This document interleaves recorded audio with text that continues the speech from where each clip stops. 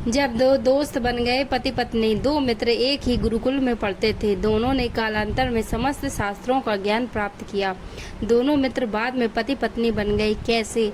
प्राचीन काल में सारस्वत और बरमित्र नामक दो मित्र रहा करते थे। सारस्वत का पुत्र सोमवंत था और बरमित्र का पुत्र सुमेध था। उन दोनों के बीच गहरी दोस्ती थी। वे एक ही गुरुकुल में पढ़ते थे। दोनों ने कालांतर में समस्त शास्त्रों का ज्ञान प्राप्त किया। सोमवंत और सुमेध जब वयस्क हुए तब एक दिन उनके माता पिता ने उन्हें समझाया कि सुनो बेटा, तुम्हारे विवाह करने के लिए हमारे पास पर्याप्त धन नहीं है, इसलिए तुम विदर्भ राज्य में जाओ। वहाँ के राजा को अपनी विद्या से प्रसन्न करके पुरस्कार और सम्मान प्राप्त करो। माता पिता की सलाह पाकर सोमवंत और सुमेध विदर्भ नरेश की राजसभा में गए।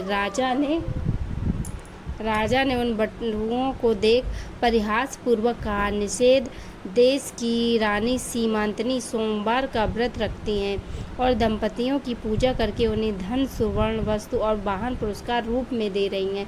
इसलिए तुम दोनों में से एक स्त्री का वेश धारण कर लो और दंपति के रूप में उनके दर्शन करो।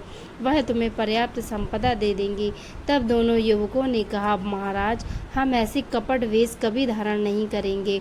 हमने वेद शास्त्रों का अध्ययन किया है, ज्योतिष शास्त्र की भी जानकारी रखते हैं। केवल धन संपत्ति पाने के लिए हम ऐसे नीच कार्य नहीं करेंगे। राजा ने क्रोध में आकर कहा कि यह मेरा आदेश है, यदि तुम ऐसा नहीं करोगे तो तुम्हें कठिन दंड मिलेगा। बेचारे दोनों युवक डर गए। विवश होकर सोमवंत ने नारी का वेश धारण कर लिया और सुमेध पति के रूप में दोनों निषद देश पहुँचे। वहाँ पर रानी सीमांतनी महेश्वर की अर्चना करके उस वक्त आए हुए दंपतियों की पूजा कर रही थी। सुमेध और सोमवंत भी दंपति के रूप में उस व्रत में सम्मिलित हुए। नारी के वेशधारी सोमवंत को देख रानी सीमांतनी ने सोचा कि वह सचमुच नारी ही है, इसलिए उसका भी विशेष रूप से सत्कार किया। इसके बाद वे युवक इस आशंका से कि उनका कपट प्रकट न हो जाए, वे उसी रात अपने नगर की ओर चल पड़े। परंतु आश्चर्य की बात थी कि मध्य मार्ग में ही सोमवंत सचमुच नारी के रूप में बदल गया। सुमेध के प्रति उसके मन में मोह उत्पन्न हुआ। अंत में वे सुमेध और सोमवती के रूप में अपने घर पहुँचे। अपने एकमात्र पुत्र को नारी के रूप में परिवर्तित देख सारस्वत और उनकी पत्नी अत्यंत दुखी हुए। सारस्वत ने भांप लिया कि यह अनहोनी घटना विदर्भ नरेश के कारण ही घटित हुई है। वे अत्यंत क्रोधित हुए। तत्काल राज दरबार में प्रवेश करके सारस्वत ने तीव्र शब्दों में राजा से कहा, राजन, आप ही के कारण मेरा एकमात्र पुत्र नारी बन गया है।